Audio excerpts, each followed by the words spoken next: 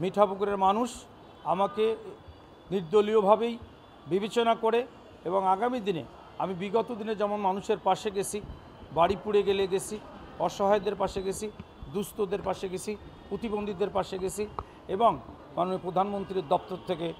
নানাবিধ চিকিৎসার সহযোগিতা এনে মানুষকে আমি সহযোগিতা করে চেক প্রদান করেছি আর্থিক সহায়তার।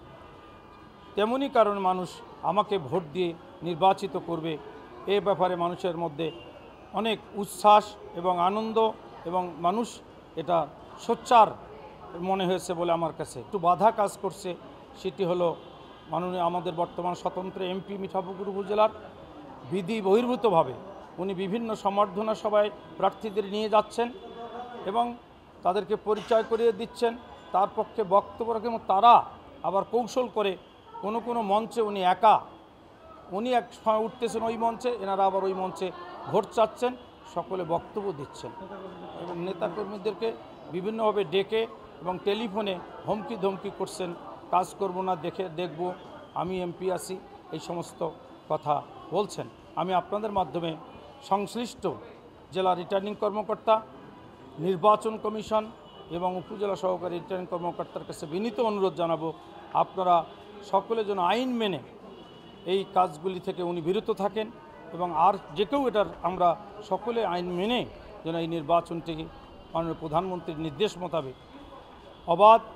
গ্রহণযোগ্য, সুষ্ঠু এবং অংশগ্রহণমূলক হয় সে ব্যাপারে আমি আপনাদের মাধ্যমে আশা প্রকাশ করছি। আগামী দিনে মিঠাপুকুর উপজেলার সাধারণ মানুষের ভোট এবং ভালোবাসা নিয়ে মিঠাপুকুরকে বঙ্গবন্ধুর কন্যা জননেত্রী শেখ হাসিনার একটি বাংলাদেশের স্মার্ট মিঠাপুকুর উপজেলা গড়াতে চাই। কেননা এই ভোটটি নির্দলীয়, নিরপেক্ষ, এইখানে কোনো দলীয় প্রতীক নাই,